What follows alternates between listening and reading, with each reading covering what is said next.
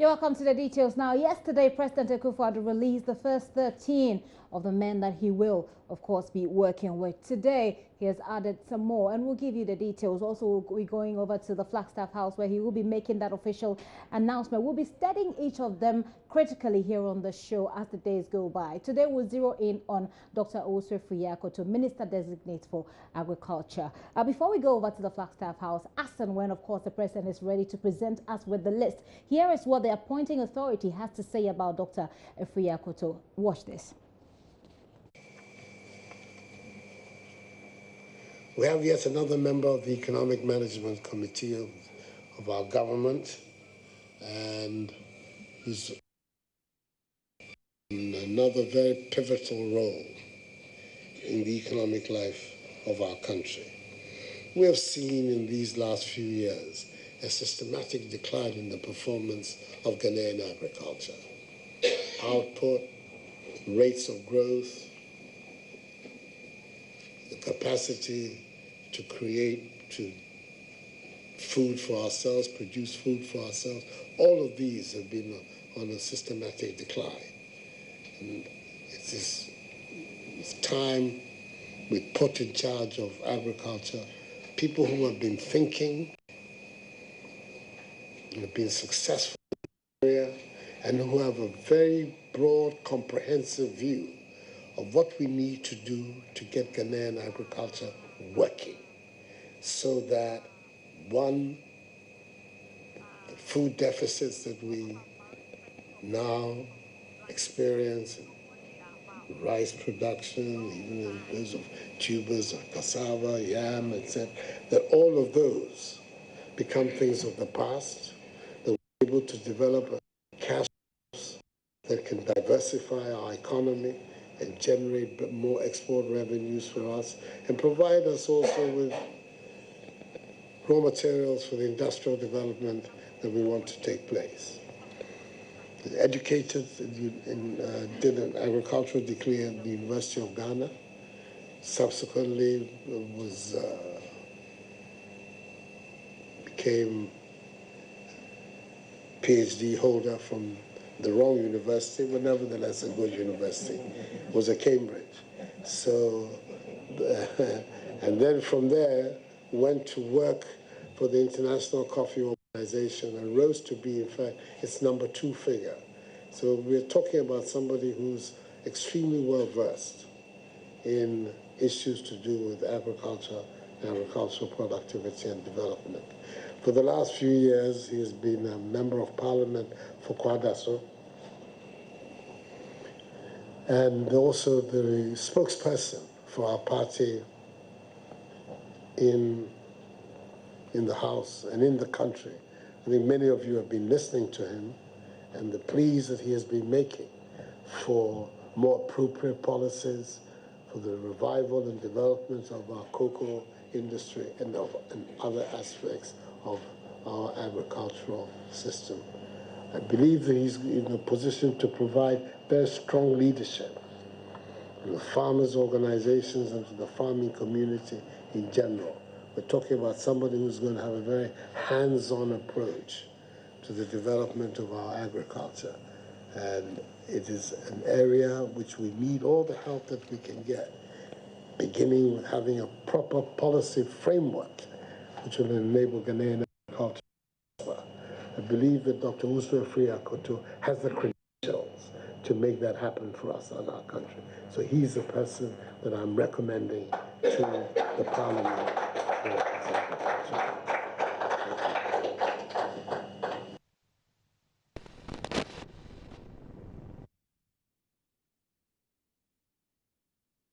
That is President Akufo-Addo there yesterday with his Minister Designate for Agriculture. He is one of the persons whom a group is raising issues about, and we will be engaging the group, and I'm talking about Food Sovereignty Ghana. We will be engaging them on exactly what their reasons are, exactly why are they opposing his appointment. But President Akufo-Addo, of course, promised to follow up with another fresh list of ministerial nominees, and he didn't disappoint. Well, this afternoon, he has released another list of 12 ministers designate, updating the 13-name list that was released yesterday. There are now 25 ministers in all, named with a promised third batch expected by Friday. A notable feature, by the way, is the creation of two new ministries. The Ministry of Regional Reorganization, which will be headed by Okri, Member of Parliament for Okri, Dan Kwekubotre. But President Akufo-Addo has also created a Ministry of Railways Development to be headed by Joe Garte, a former second deputy speaker and of course a former attorney general under the Kufuor administration. The other new portfolio is the Ministry of Monitoring and Evaluation, which is suspected to be headed by Dr. Akoto Osei. But right now, President Akufo-Addo is speaking, and we'll be going over shortly to the Flagstaff House. Shall we do that now? The names have already been submitted to Mr. Speaker for the processes of Parliament to enable their appointments to be made. The 12 names that are coming here represent different aspects of the work that we're going to do. And in them, there are two new portfolios that I'm bringing to the governance of our country. They've not been there before, but I think that they are very important if indeed we are to be efficient in delivering on the agenda. So, Mr. Vice President, ladies and gentlemen, I want now to go through those people. The first two are, first of all, a minister who's going to be responsible for seeing to it that the targets set by government in our manifesto, as well as those that are set out in the budget, are met. Not just met, but met on time, so that the entire government machinery at all times is going to have somebody who's calling up and asking questions. Why are there delays in this? Why are there delays in that? It's an onerous task that we have taken upon ourselves, a very ambitious program of social and economic development before the country. And if that weapon, that tool for insisting that the work of government is efficient, is effective, and is timeous, we will not be able to deliver on that ambitious program.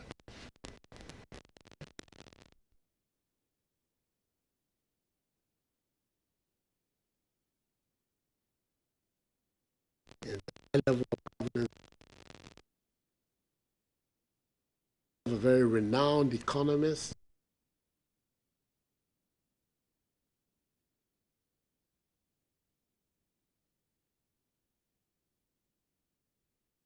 It appears we're having some technical challenges. We're sorting that out right now. But I've got Malik Abbas-Dabo in the studio with me. Malik is deputy head of our political desk here at Joy News, and he'll help us, look at these names that are coming up. But we're going to try and establish, our feedback at the Flagstaff House. It appears that we've got it now. Let's go over there now. But on our side, on the Committee on Finance, he's also been a member of the Interior and Defense Committees. But in the last years of President Kufuor's government, he was Minister of Finance and effectively acted as Minister for Finance at the end. So that knowledge, that understanding of the issues that he has to deal with, I think he's there. Come and join me.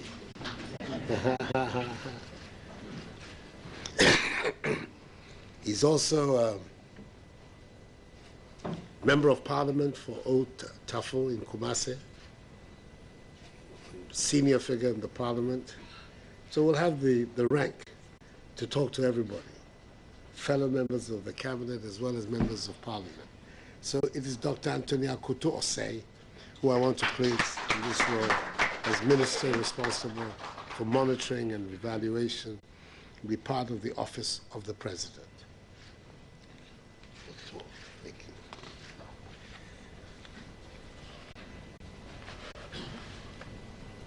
I think in political and constitutional terms, one of the most far-reaching commitments and undertakings that the manifesto, an agenda for change, the 2016 MPP manifesto, has undertaken is the decision to restructure the governance system of our country. We believe that the nearer government comes, the steps of our people, the more efficient and the more satisfactory its outcome. That is why we're insisting on competitive politics in local government, that we're going to create the conditions that will allow district chief executives, mayors, metropolitan chief executives, municipal chief executives, now to be directly elected by the people over whom they're going to govern. And this, by the same token,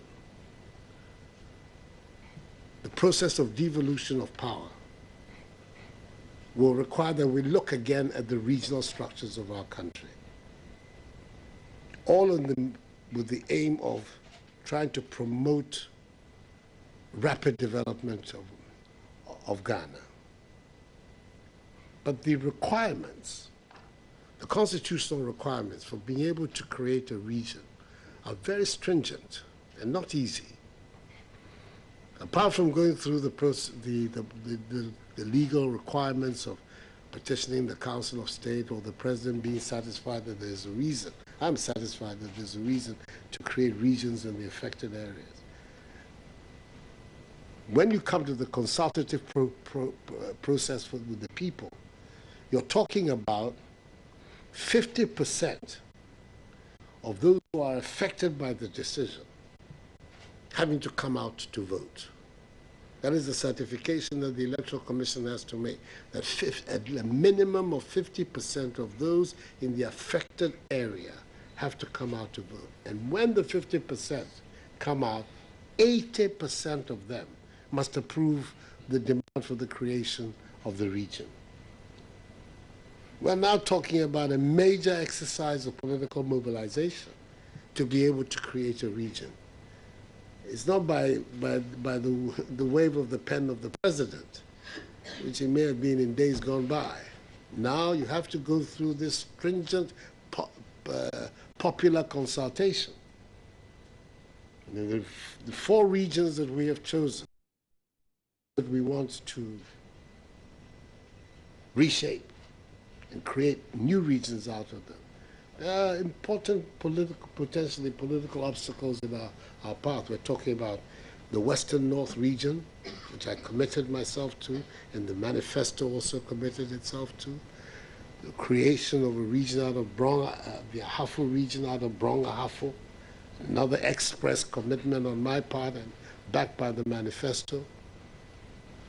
The Northern region, in fact, even on the thank you tour that I took there a couple of weeks ago, there was an express demand that there should be a region created out of the Eastern Corridor by the chiefs there and the people there.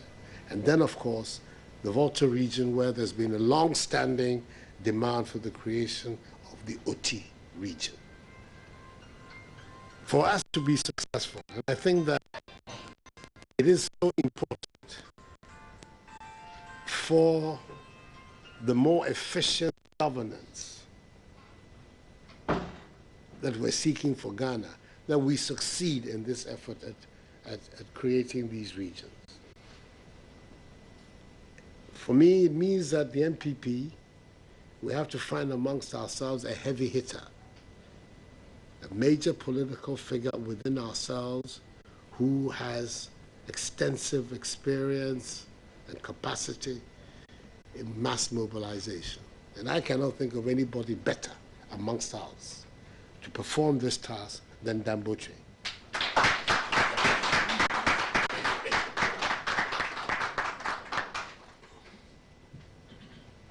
also is Dan Boche, who's going to be the Minister for Regional Reorganization and Development.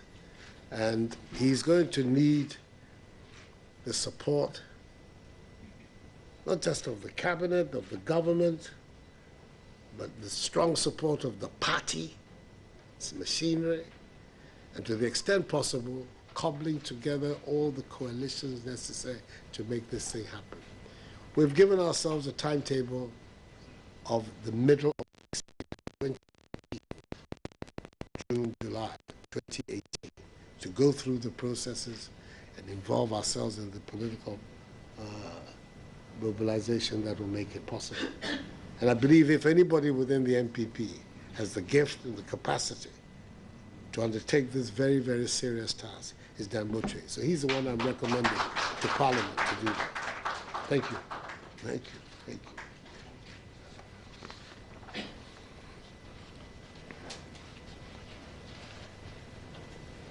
The next person I'm going to introduce to you is one of the senior figures in our country, a man of high achievement, huge international reputation, and who's coming into politics, and he has been the last few years, because he believes strongly that Ghana cannot develop properly if people like him sit on the sidelines when important decisions are being made about the future of our country. You can't go into the CV of such a man. It goes on and on and on and on. Professor, you have to come and stand beside me.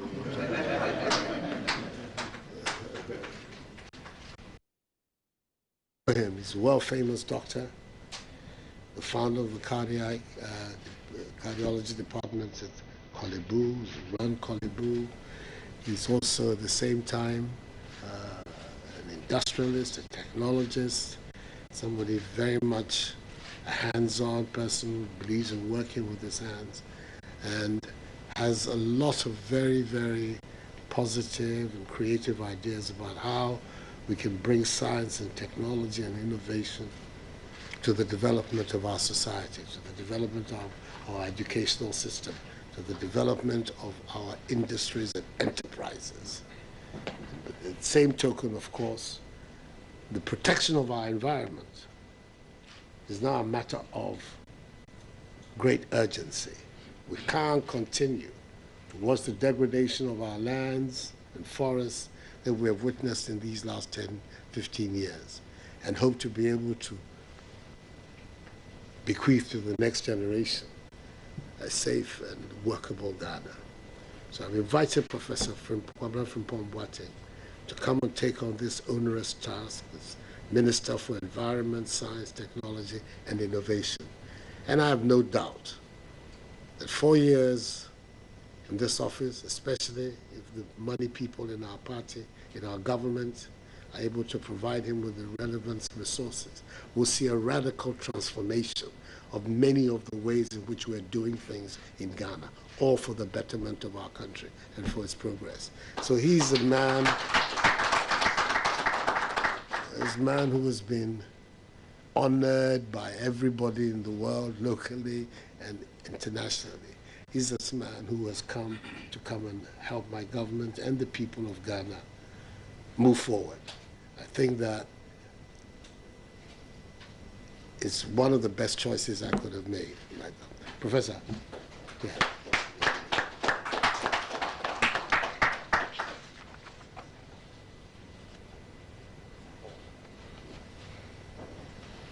We're trying to construct a government of people who are doers, not so much talkers, but doers, people who have track records of achievement and competence in their various areas. The next person I'm introducing to you is a man who has developed well-known speciality both in energy and mining matters. He's one of the co-founders of the ASEP, the African Center for Energy Policy, which has now become a major advocacy voice in the energy industry in our country. He's one of the co-founders of that. He has been involved at the corporate level of many important institutions in our private institutions in the country. And for the last 4 years, well, before President Kufuor's time, was municipal chief executive for the Hohoi district.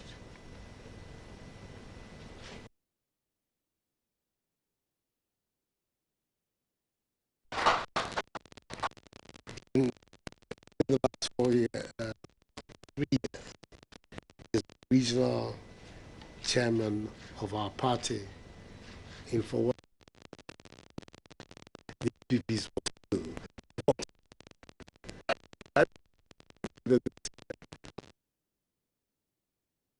was much improved. And I believe that a great deal of the thanks and the responsibility for that lies with John Peter Amewu. He's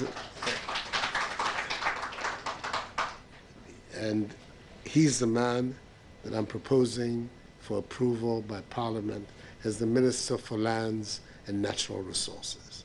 I think he has a solid understanding of the issues there and will make an important contribution in how our natural resources and our lands are exploited for the benefit of our people and their progress.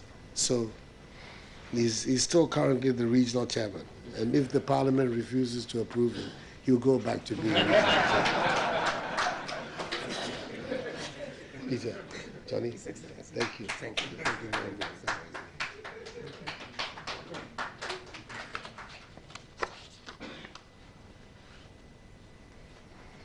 The next candidate that I put before the House on today's list,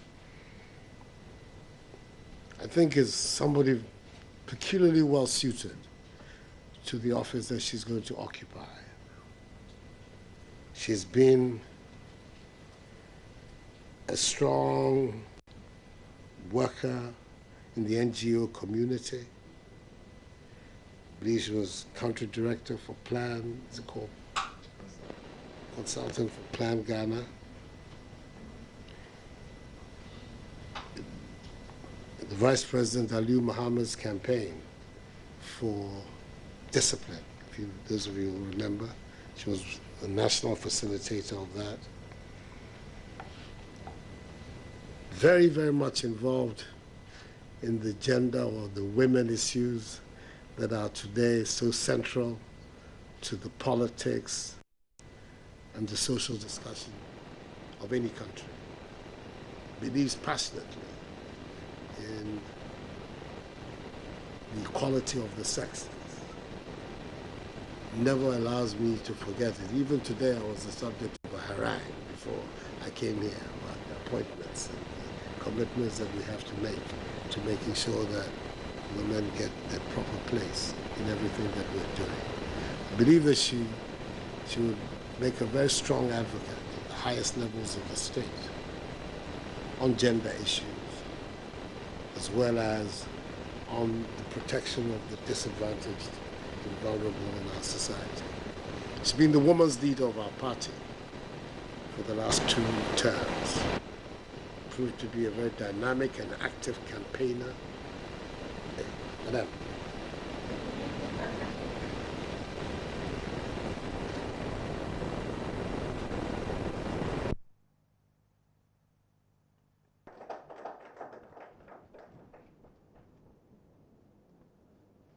As I say, she's been a very dynamic and active campaigner, very prominent in the last campaign, and her presence on the platform always means that the issues concerning women will definitely be addressed. I think that the opportunity that is being given to her to advance that agenda is one that she will grab with both hands. She has the merit of being one of the very few Ghanaians who's truly polyglot. I don't think there's a language in Ghana other than Ewe that she doesn't speak. Wala, Dagomba, Dagati, Goja, Krobo, Ga, all of them are at her fingertips. So she's in a position to connect with everybody. So I've sent her name to the Speaker of Parliament to be the Minister for Gender and Social Protection, Children and Social Protection, Otiko Afisa Jaba.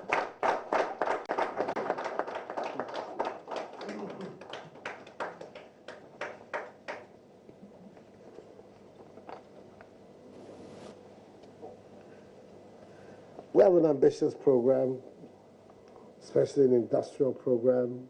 Believe that the time has come for us to make very significant steps towards the industrialization of Ghana. And it is going to mean that we have to do everything possible to ensure that there is harmony and peace in our relations with organized labor and generally on the labor front. My own belief, strongly held belief, is that we need somebody who's calm and level-headed and who has a good understanding of money,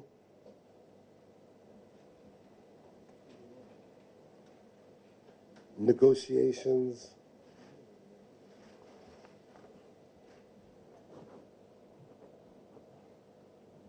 he's already had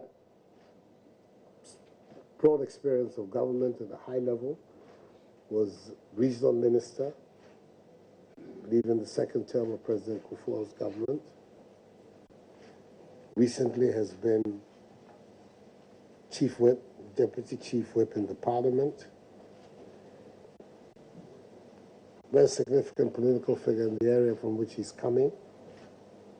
And as an accountant, I think the understanding that is required for the negotiations that are bound to come with organized labor is something that he will be able to handle well.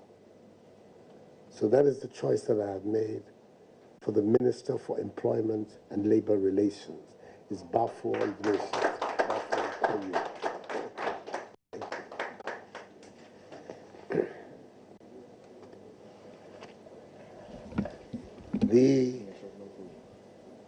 The next person that I'm introducing to you is somebody who's brand new to government at the high level. And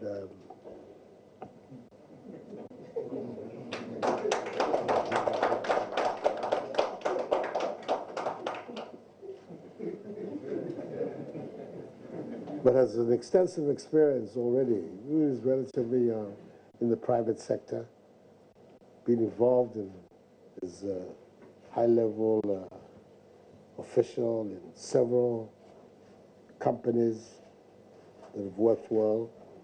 That was his own training, a Bachelor of Commerce degree. He's a very active member of our party. And he's going to bring a lot of dynamism and an energy to the portfolio of the Ministry of Transport. It's an important ministry. I think it requires somebody with dedication and determination and energy. And I see that very much in Kwaku Fourier Siama. So he's the person that I've chosen to be Minister for Transport. He's been, even though he's not had any intermediate positions in the party, the Central Region sent him as member of the National Council of our party in one swoop. But I think that he will be able to discharge these functions very, very creditably in an area which requires a lot of organization and work. So, yeah, thank you.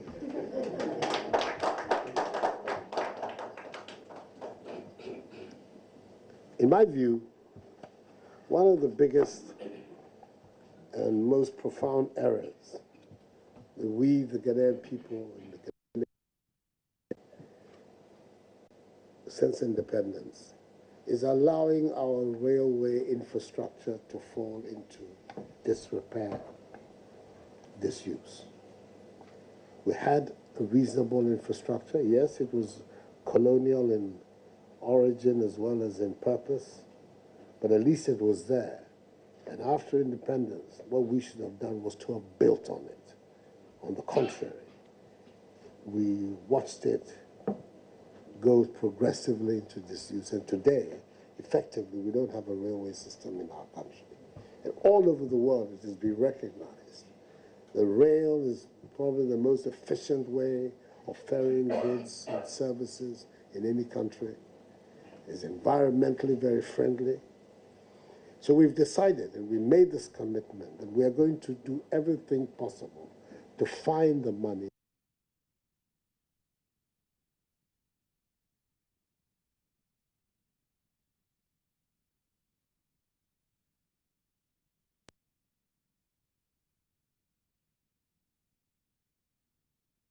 So those are live visuals from the Flagstaff House, where President Akufo-Addo is addressing the press, releasing the remainder of the names of the men that he'll be working with. It appears we are back on. Let's hear what he's saying.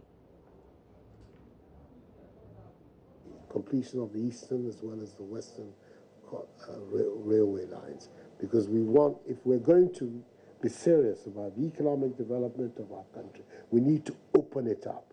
And it's a railway system that is efficient, that connects us to the Sahel, and hopefully will one day connect us to the larger West African railway project that is in view, that is going to be able to do that. I've chosen as a person for the Minister for Railways Development, a person who, first of all, is from the region which is associated with railways. Say the Western region and Takoradi, that's where the railway system is all about. So he's from there. He's a lawyer of considerable standing. He's been Attorney General in President Kufuor's time, one of the 3 or 4 Attorney Generals that there was in Kufuor's time. He's one of them.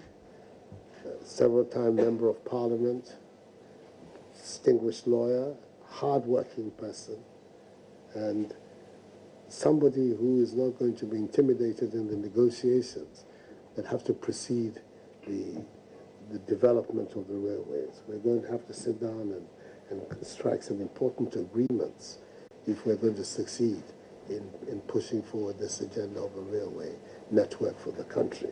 So I thought it was a good idea to have somebody who's firm, has clear ideas, cannot be easily be pushed around, and who will understand the legalese involved in these agreements, and also the organizational needs of our country. In Ethiopia, they've recently just away almost exclusively with Ethiopian energy and labor. Unemployment is a big problem in our country. I'm hoping that at the end of the day, the plan that we put before the country is the reconstruction of our railway network, which is going to involve a lot of employment of Ghanaian labor in rebuilding our railways. I think that the temperament that Joe Gatti has, affable, but very firm, friendly, but very, very clear-minded, is exactly the temperament we need for somebody to undertake this big task. So he's the name, the name that I've submitted to Parliament for approval as the Minister for Railways Development. And it's going to be focused 100% on developing our railways. I have the satisfaction of also knowing that he's my young boy. He's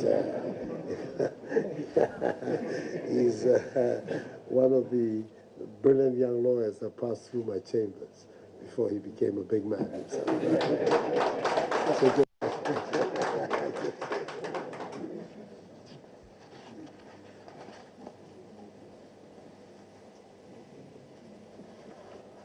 All of us know that the state of our road infrastructure is a matter of great concern. When you're campaigning, you go to any part of Ghana and you speak to people in their localities, the chiefs, opinion leaders, ordinary people there, the first thing they tell you, Nana, you quite know, all over the country.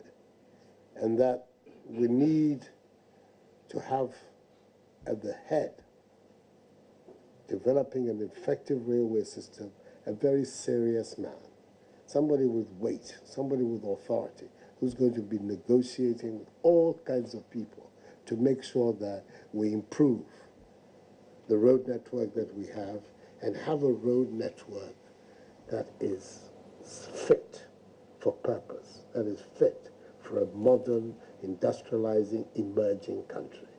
What we have today, in my view, is not. Despite all the hype about unprecedented infrastructural development, I don't believe that we have a road infrastructure that is fit for purpose. So I have brought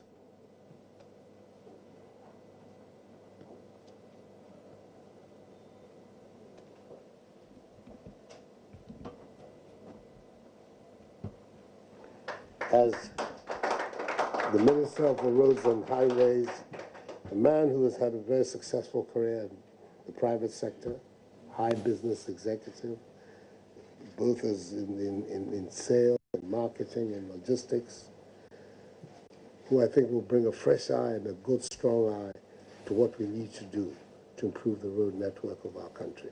He's the Member of Parliament for Atiwa West, in the Eastern region, and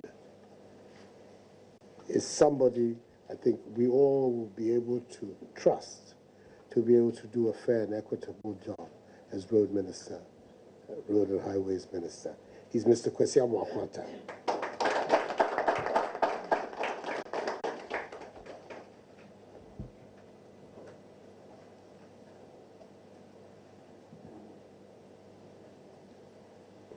When I was Attorney General, the young woman who I'm going to present as the next candidate was my special assistant. And such success that I had there was due to her and the woman who is now our candidate for Attorney General. I had the privilege of working with two women when I was Attorney General. One is my deputy, the other is my special assistant. And they did, I can't say, you use the word yo man, you can't. You have to say, or yo woman.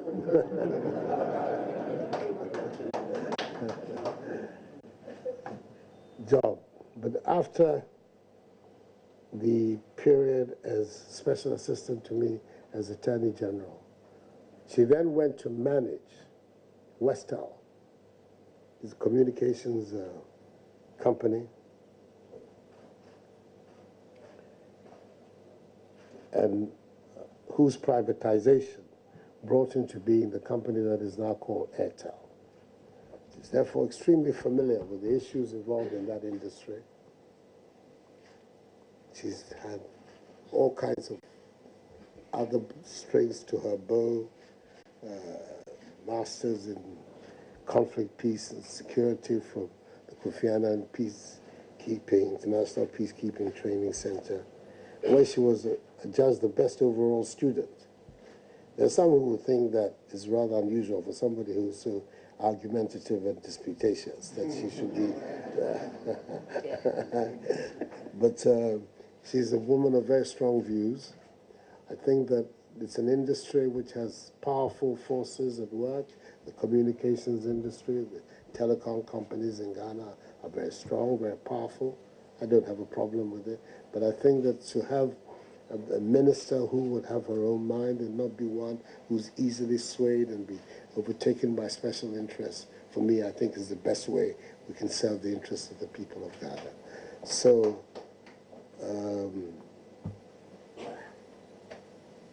another product of Akufo-Addo mentoring and being member of Parliament for Ablikuma West for 2 terms.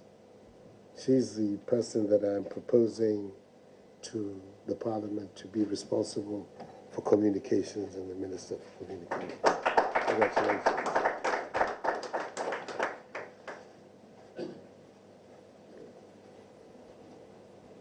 A major challenge facing our country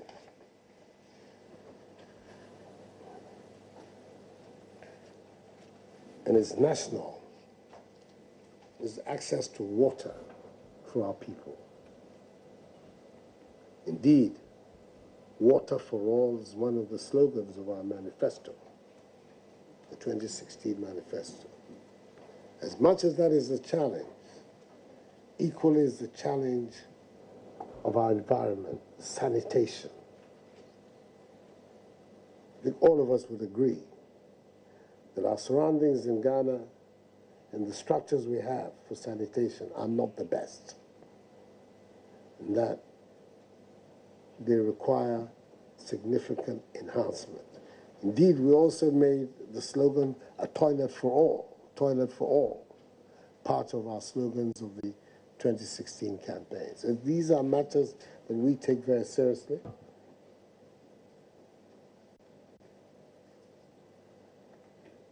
And as a result, I've decided that I need a steady hand, an experienced hand, somebody who's proved to be a good worker, was a successful Minister of Energy in President Kufuor's time. When he was sent to the Minister of Social Welfare and Employment, was extremely influential in crafting the single spine arrangements, and is an achiever and a doer, but at the same time a steady, capable hand. So that for the portfolio of water resources and sanitation, which is a new one, because water resources was originally part of works and housing, and I think that it is better standing with sanitation. I've proposed Kofi Adda as the minister.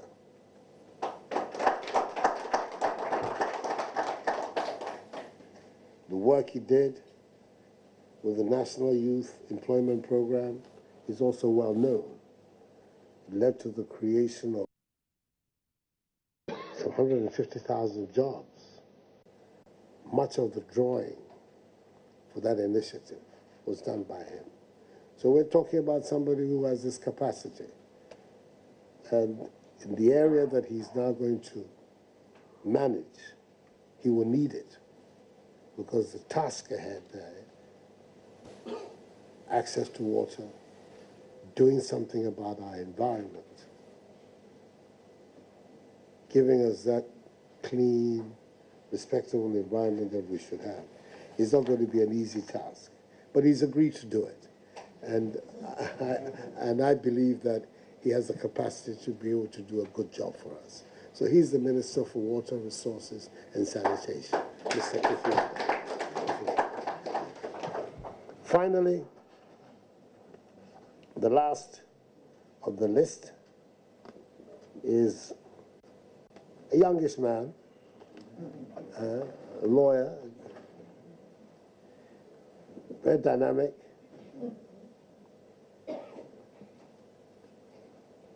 who's been put in an area which initially you would not think of as being his natural area. Probably think of him as Attorney General or Minister for Justice. But I think that important public works in this country should have somebody who understands about contracts. Should have somebody who understands about the terms on which public works should be executed. Somebody who would be interested in seeing to it that we have value for money, the public transactions and the public works developments that we have. And therefore would be a very good eye for the Ghanaian people in making sure that important public works that are executed are done on time, are done within budget, and are done solidly. So problems about their maintenance and their upkeep soon after they're built. many of the qualities required to do this, I see it in Samuel Atachia. So he's the person that I'm recommending to Parliament as the Minister for Works and Housing.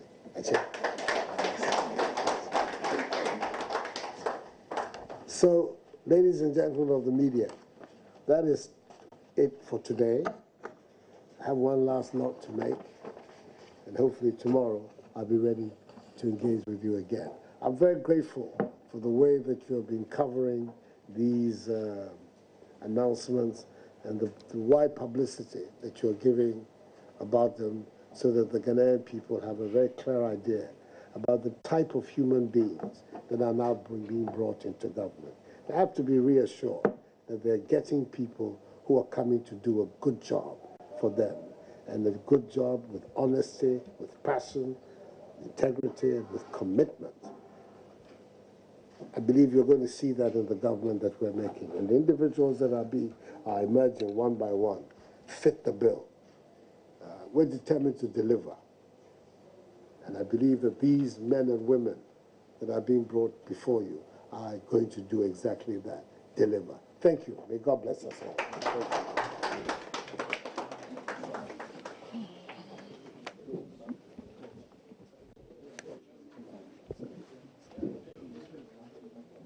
So that is it. We've got our 12-man list, just like we had yesterday. Yesterday was 13, today was 12. I'm just going to go through the name once again, and then I'll engage Malik on that whilst we wait for Elton to get us some reactions from the Flagstaff House. We've got Minister for Monitoring and Evaluation, Dr. Tony Akotose, Minister for Regional Reorganization, Dan Boche, Minister for Environment, Science and Technology, Professor Frimpong Boateng, Lands and Natural Resources, John Peter Ameu, Gender, Children and Social Protection, Afisa Otiko Jaba, Employment and Labor Relations, Ignatius Bafo Ewa, Transport, Kweku Ofori Asiama, Railways Development, Joe Garte, Roads and Highways, Kwesi Amwako Ata, Communications, Esla Uswekufu, Sanitation and Water Resources, and Sanitation, Joseph Kofi Ada. And finally, Works and Housing is Lawyer Atachia. Malik, you're here. Take your general impressions on this exercise and then the list, and then we can move on with the discussion. Well, general impressions, very curious list. Curious to the extent that you have some ministries that have been decoupled. For example, Water Resources, Works and Housing has now been decoupled. You now have Sanitation, Works and Housing, Water Resources, and now you have Works and Housing as a separate ministry where Atachia is. So that for me is curious.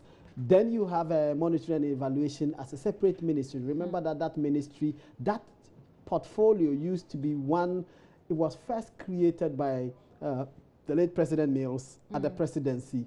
And it was headed by... But it was not a ministry. It was not. It was like an office for monitoring and evaluation had been created at the office of the President Mills at the time. Tony Edu was the one former deputy interior minister under the Rawlings government. He was the one who was head of this institution.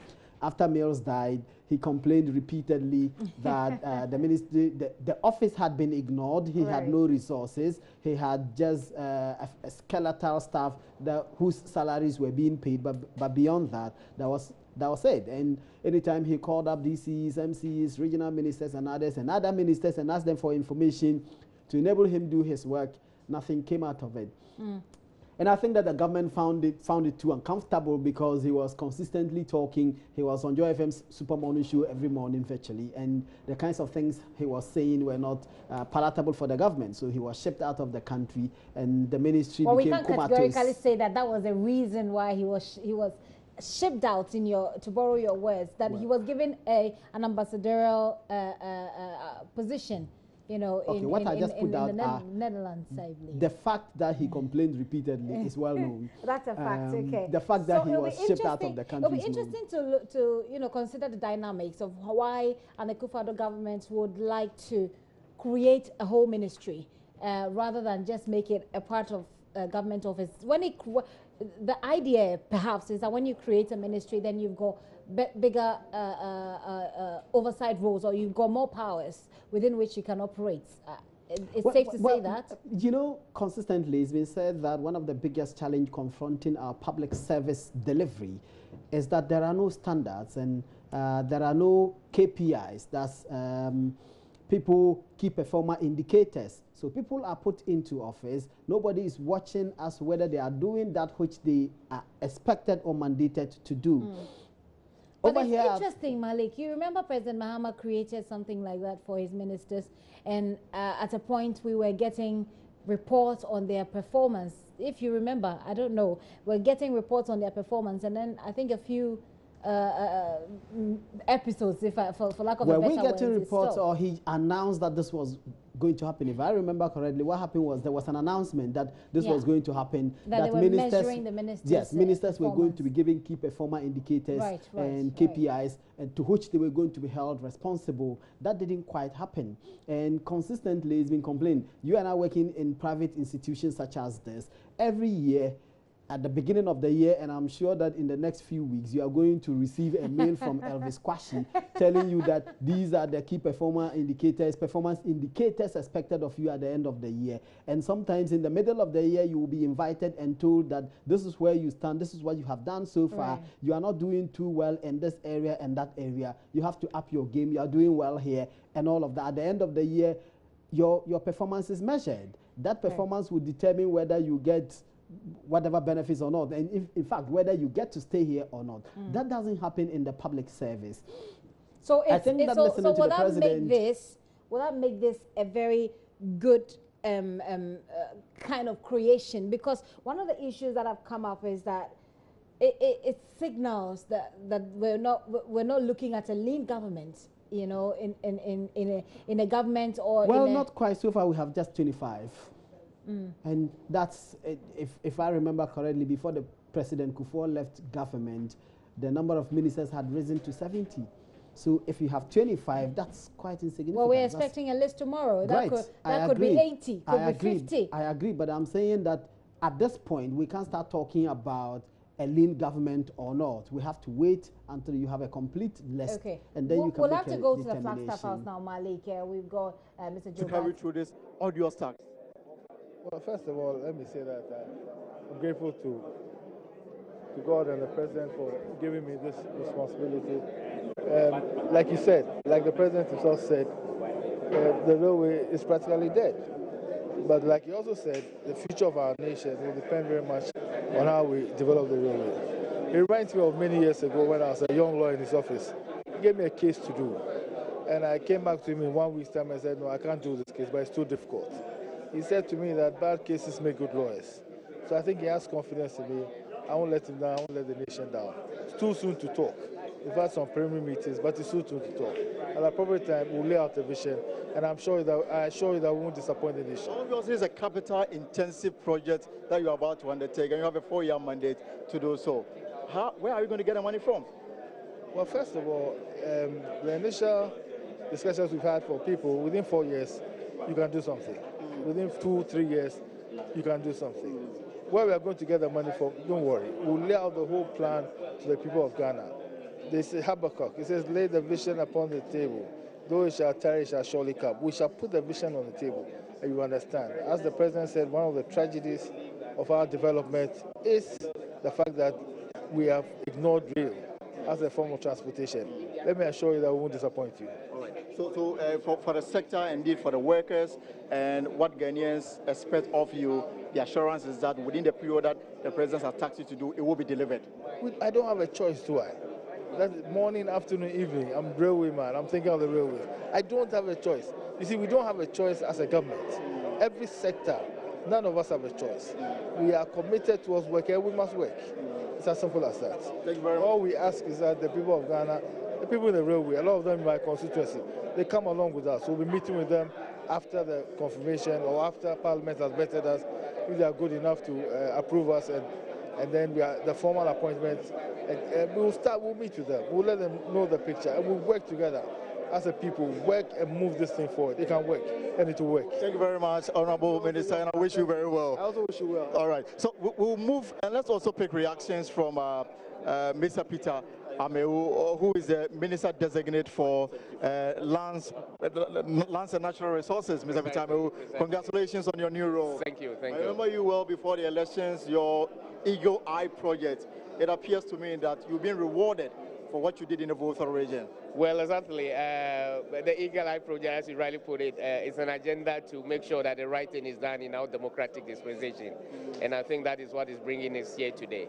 In fact, more than humble for the nomination granted by His Excellency to handle this ministry. Lands and Natural Resource, mirage of challenges in that particular sector. One that really comes to mind is the issue of illegal mining. How are you ready? How ready are you to tackle this particular phenomenon head on? Precisely, it's a very difficult area. You agree with me that artisanal mining, or the galamsey, as we are all aware of, has become a cancer within our environment. We believe that the young guys, ladies, women, the Ghanaians that are involved in this sector, their capacity needs to be built. They are human like any of the international mining companies. And so if we are able to build their capacity, they should be able to do the mining in a sustainable way. What is important is that mining must be done in a sustainable manner. And for it to happen, the capacity of this young group of people need to be built and taught to do the things in the right way.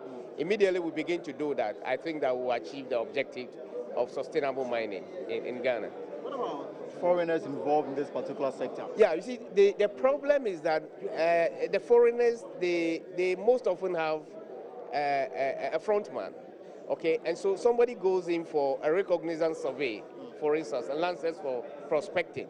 A prospecting license does not necessarily mandate you to go into mining.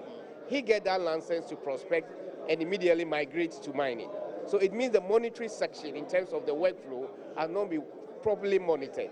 And so for us to remove those ways from the system, we need to make sure that a license meant for prospecting goes for prospecting.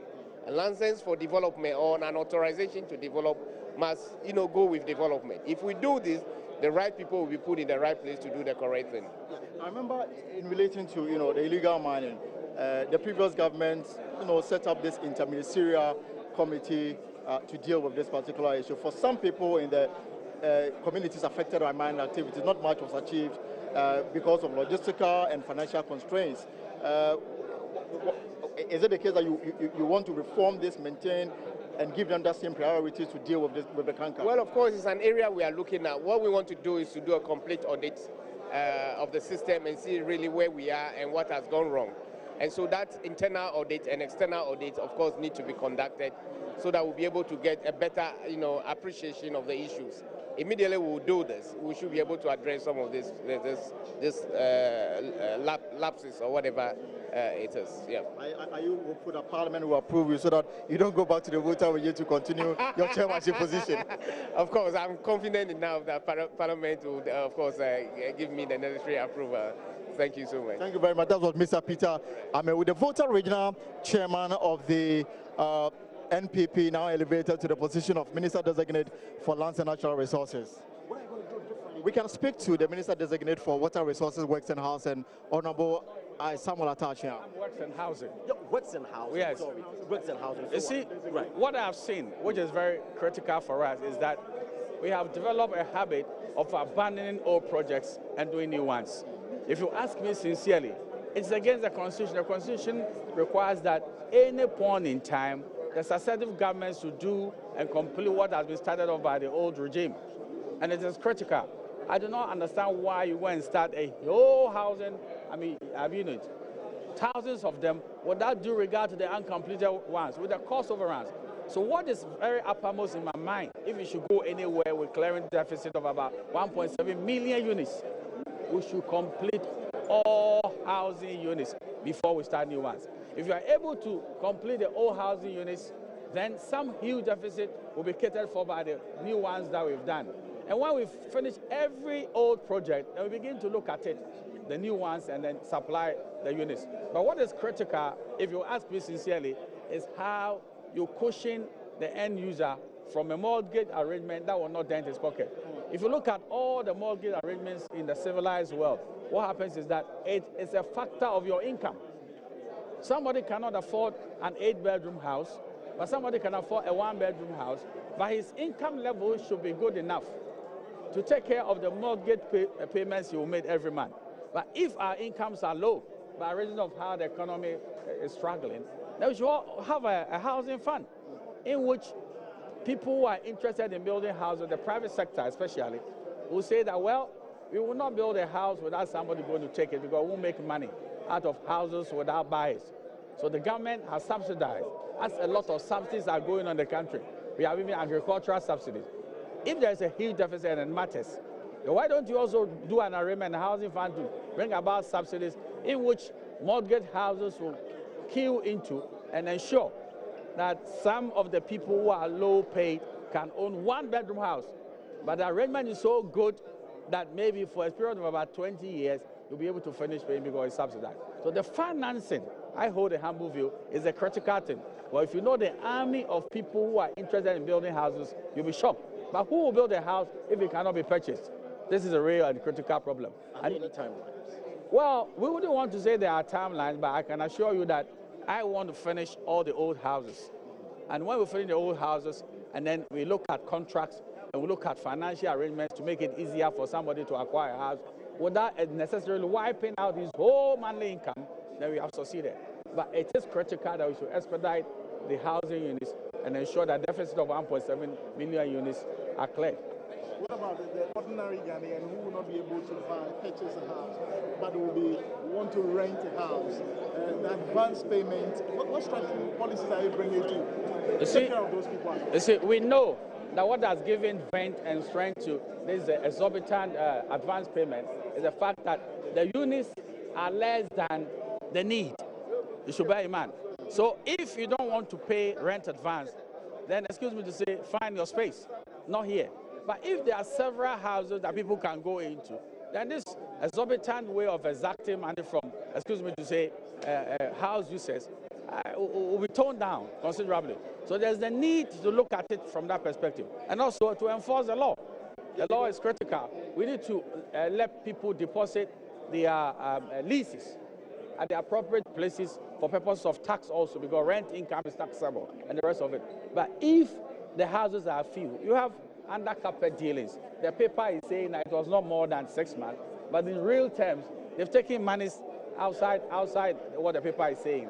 And that is the real issue. The scarcity is underlying the whole arrangement, and we should try and remove the scarcity and some of these things. The former government was in the process of putting before Parliament the new rents law, which was going to say that rents should not exceed more than a month. We don't know the status of that, but what is your position on it? Should it be a month, 2 or 3, so that the person who is going to rent is not put all his life savings into renting, a facility for 2 or 3 years? Well, it's a huge decision that the House should decide. And sometimes we pilot bills, and the final outcome should come from the people. Somebody will say that you are not taking good care of the one who sank his money into the project. Why don't you come to a median line of 3 months, as against the old Rent Act, which says that it should not exceed 6 months. So we need to look at it, but the fundamental point is that it shouldn't strangle the tenant. We should look at it from that perspective. So, Honorable Samuel Atachia is the Minister Designate for the Ministry of Works and House and Water Resources taken out of it. We can pick more reactions from some of the nominees and then bring the Minister Designate for Communication, Esla, who's a Member of Parliament for Ablekuma West, is also speaking. We can pick his talks on the ministry that she's going.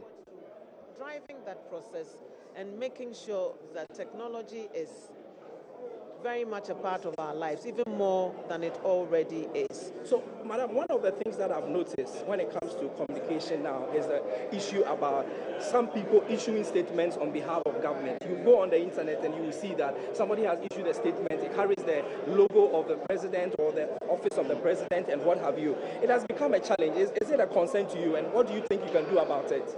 It's a major concern, but I'm sure once His Excellency announces his full cabinet, my understanding is that he's splitting the information portfolio from the communications portfolio, but we'll be working very closely together because our functions are interlinked.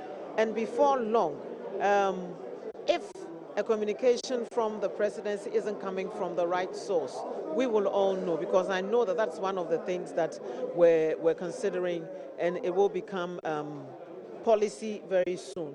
But that really would not be my core business. It will be handled by another minister.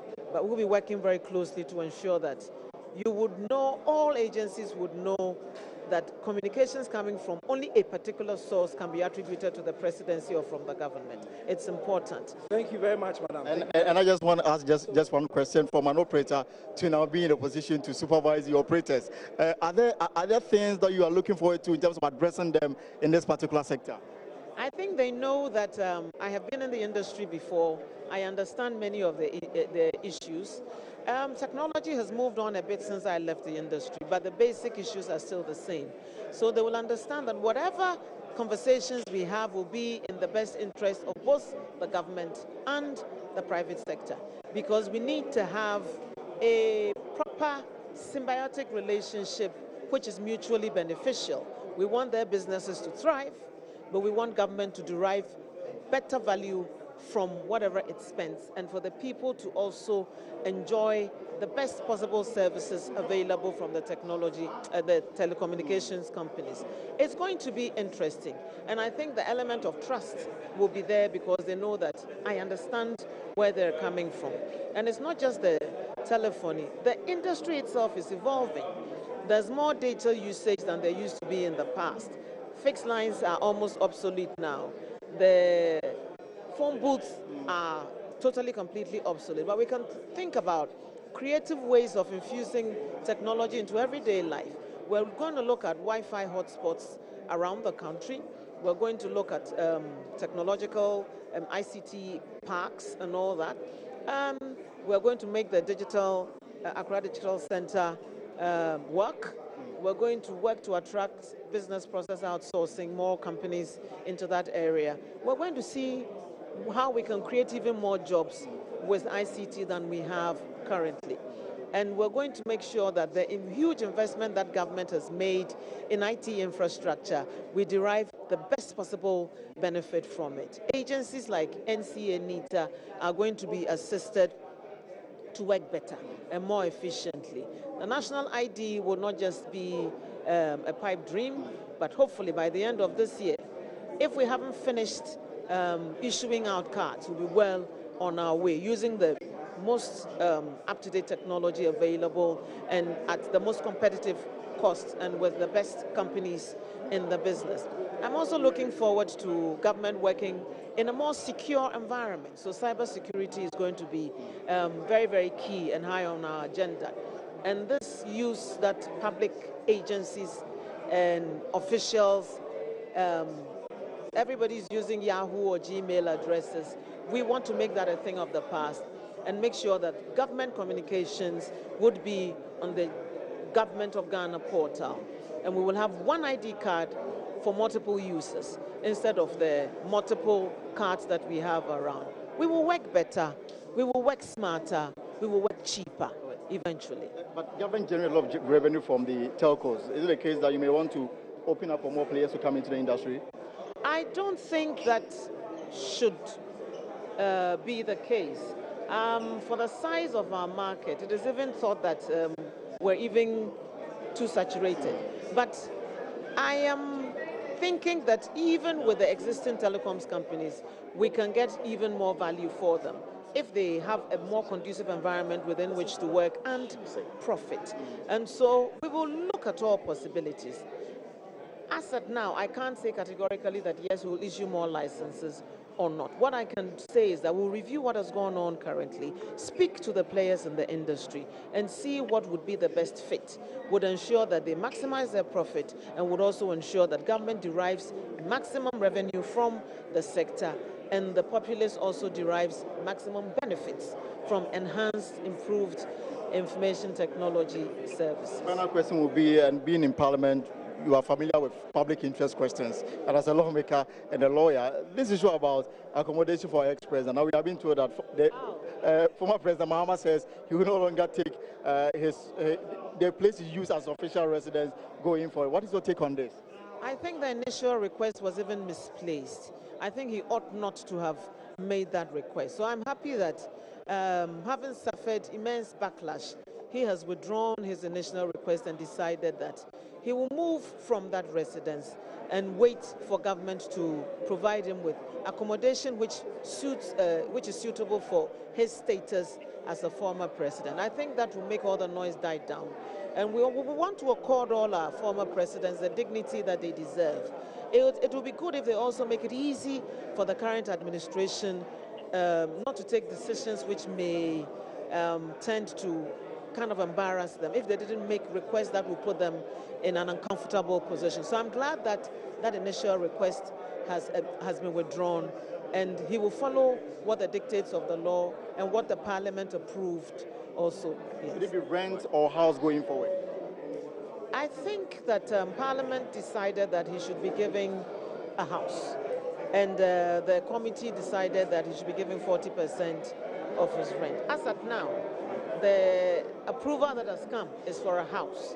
So let's see what accommodation the state can provide him. But going forward, I think that our former presidents should also be treated in a manner in which they can also acquire their own accommodation and save the exchequer the burden of providing accommodation for them. But those are my personal thoughts on the matter. Thank you very much. That's the Minister Designate for Communication, Esla, who's the MP for Blakema West. We will speak to the incoming Minister for Roads and Highways, Akwasi Amakwanta, who is from the Eastern Region, and also the Member of Parliament for Tiwa West. We just want to find out his take on the role that he's been nominated pending parliamentary approval. Then you will be able to re-strategize, as how you are going to tackle the road infrastructure in our nation. So it's a serious business, it's a very important sector, and we must attach all seriousness to it. I always say that if you open up a country through excellent road infrastructure, so it becomes the bedrock for all other economic activities, to take off. So it's an important sector, as was said by His Excellency the President. So it's a very heavy tax that has been put on my shoulders. And I'm telling you, I am going to approach my assignment with all seriousness and honesty. And God's will, with God on our side, we shall be successful. Another issue of major concern to most Kenyans is the quality of police being had, especially within our communities, constructed within our communities. Last this condition, and they construct the roads, and within a short period of time, the roads start developing potholes, and what are you going to do to ensure that this is okay? So, you have hit the problem on the right note. It also beats my imagination. Every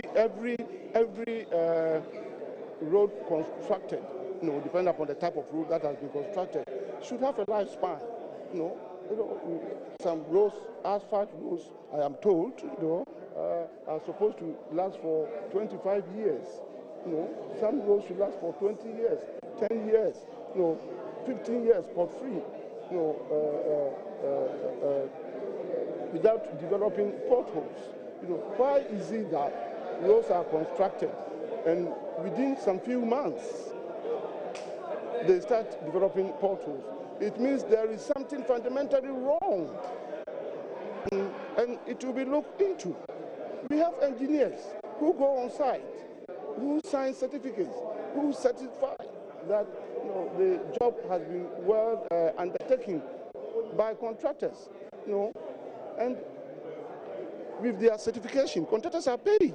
So if you are an engineer and you certify,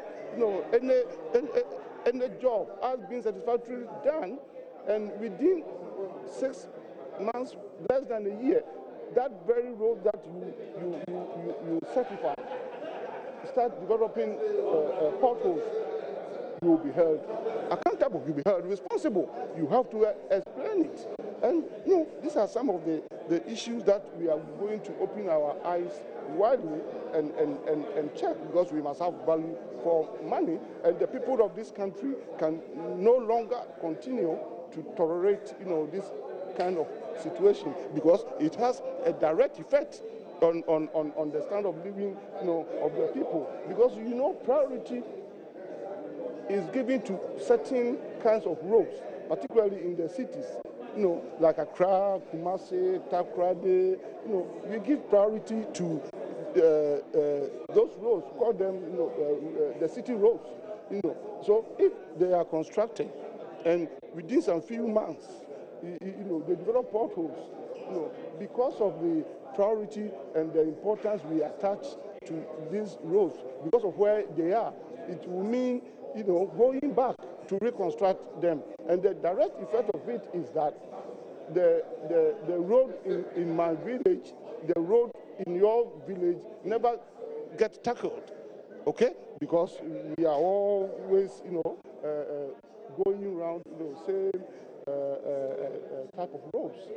You understand? But assuming roads are constructed well and they last their normal expected, duration, then it frees our resources, to be spent on other roads in other parts of the country. So it's a serious matter. You are from the Eastern region. You represent the people of Atiwa West. Yes. And I know for sure that sometime back, the Ochekene led a demonstration about the poor roads. Yes, you were part of it. Yes. Now you are in the helm of affairs, if approved by Parliament. Is it going to be a concentration of the Eastern region or the nationhood? No. I mean, His Excellency, the President, is the President for the whole nation. And he has to ensure that, there is an equitable development, of the nation in all aspects, including roads, and every district, every region must get its fair share of all amenities and all infrastructural developments. You understand me? So, even though I come from Eastern region, yes, Eastern, the roads are so poor. Yeah, and the roads are so poor. That's why I said that we are going to, appraise and reappraise the road infrastructure, network in the nation, and give every region, every district the necessary concentration that each one of them requires. You understand? So, I mean, I will not say that because I am from Eastern region, all road resources are going to Eastern region. Eastern region will be given its fair share in line with the extent of the deterioration of roads in the region. So are other regions. When we talk about road deterioration, you go to Western region and it's the same.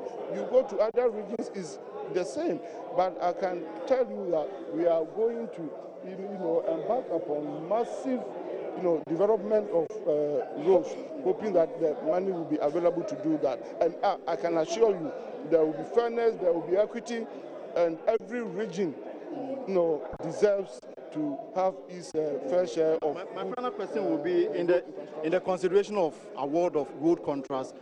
What will go into it in terms of local and foreign? What factors will influence your decisions to award a particular road contract to a local contractor? Is it the case that per your manifesto pledge, a huge percentage will be dedicated to local contractors?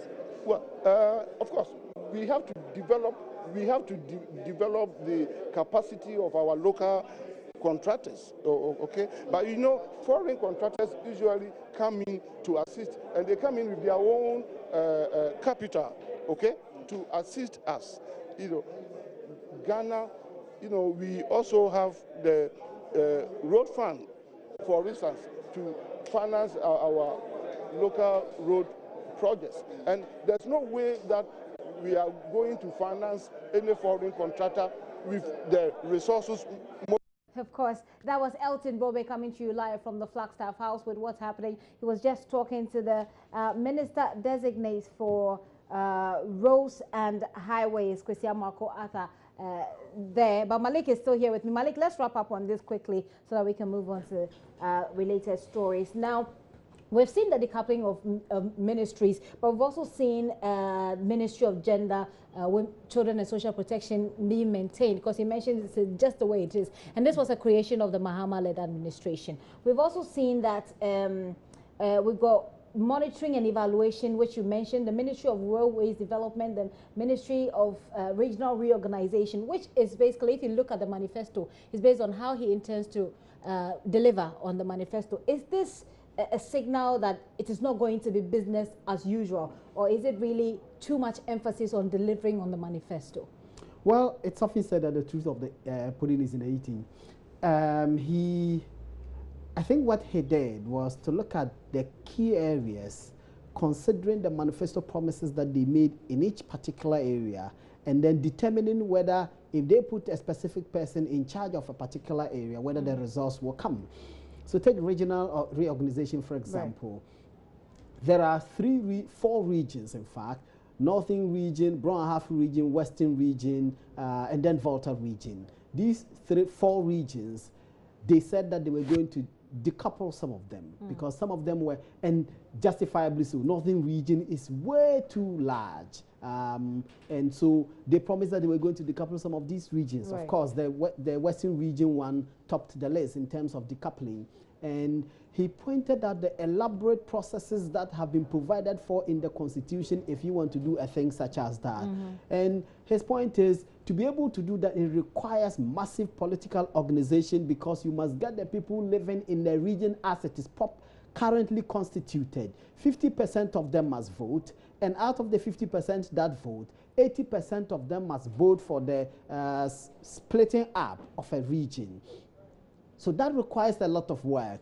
Dan Kweku Boche, Member of Parliament for Okre, Minority Chief Whip. This is a man who was credited for the campaign that was launched in 2000, which brought the MPP into government. He was also credited for the 2004 campaign that retained the MPP in power. He was General Secretary of the MPP at the time. He's well respected as an exceptionally courageous and brave and brilliant guy when it comes to political mobilization and organization.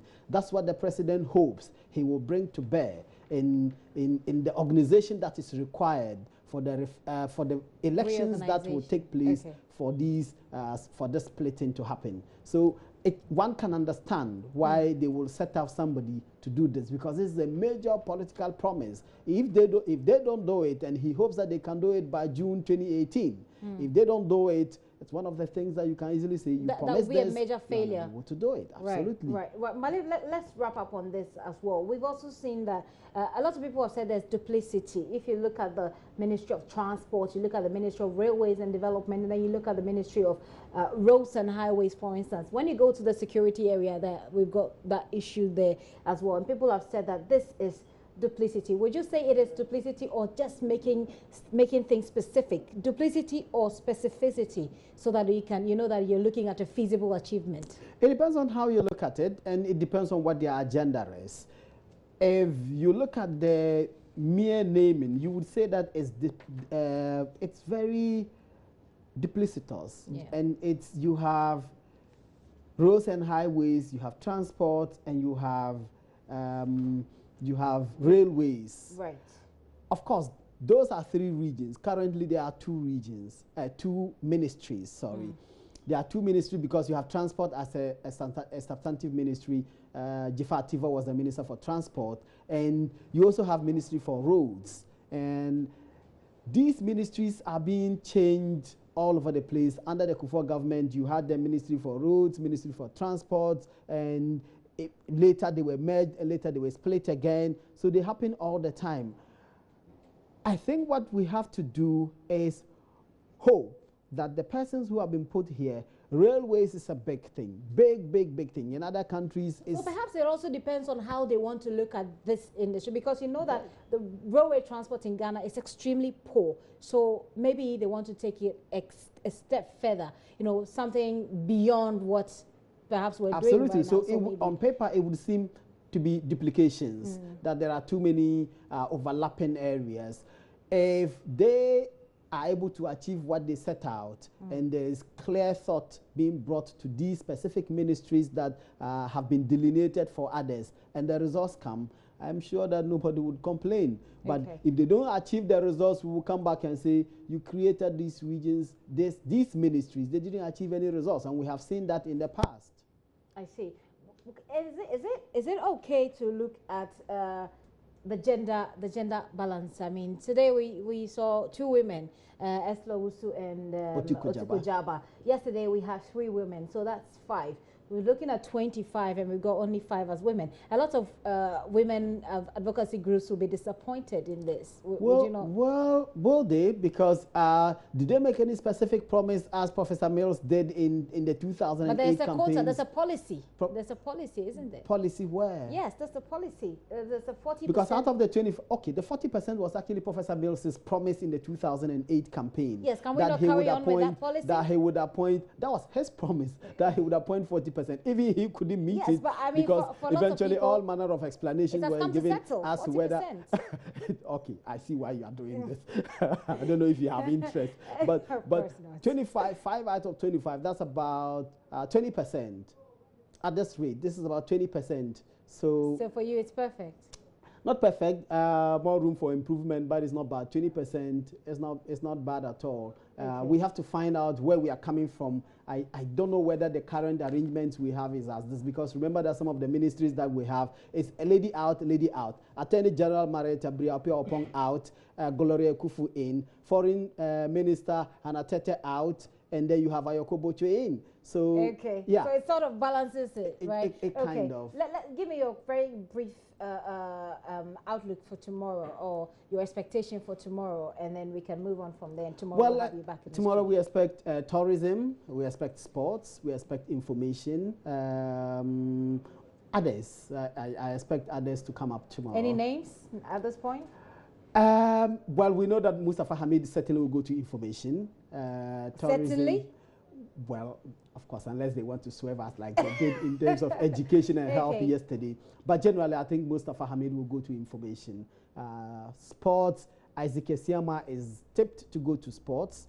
He's the Member of Parliament for H1 Ponia, and he's been ranking member on sports committee, youth and sports committee in Parliament. He's expected to go to sports. Tourism, there are expectations it may go to George Anda. We don't know yet. Yeah, so I'm sure tomorrow we'll see. Okay, thank you very much, Malik. Malik Abbas Dabo is deputy head of our political desk here at Joe News, helping us to look at the president's list, the people that the president wants to work